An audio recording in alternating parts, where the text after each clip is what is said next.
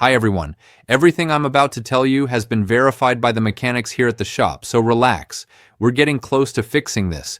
If your 2025 Ram 1500 started acting weird and the key fob suddenly stopped working, don't panic.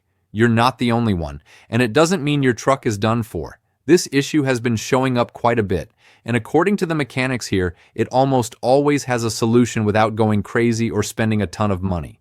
First thing to understand is this. Most of the time, the problem isn't actually the key fob itself. A lot of people replace the battery and get frustrated when nothing changes.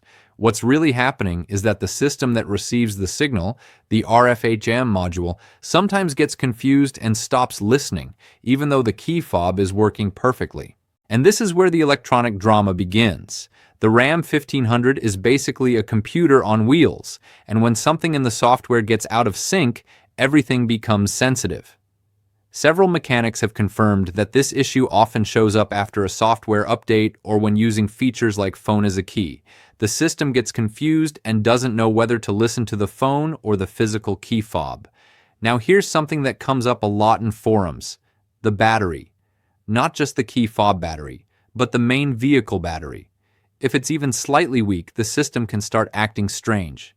Many owners who came into this shop said that simply replacing or recharging the battery made the problem disappear like nothing ever happened. Building on that, there are cases where the key fob works only when you're standing really close to the truck. You step back a little, nothing.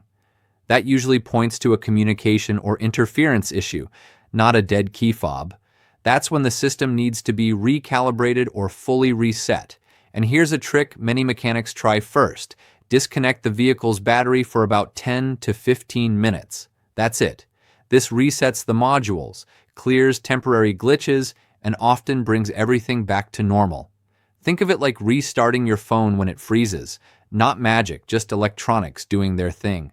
Now, if after all that the problem is still there, then we move into software territory. There are technical service bulletins where RAM acknowledges that some models need an update to the RFHM module. In those cases, the dealer simply connects their computer, updates the system, and that's it. No expensive parts, no tearing the truck apart.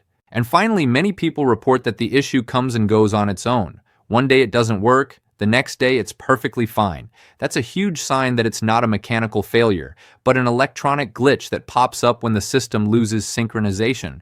If you want, I can also rewrite this as a video script, voiceover style, or make it shorter and punchier for social media.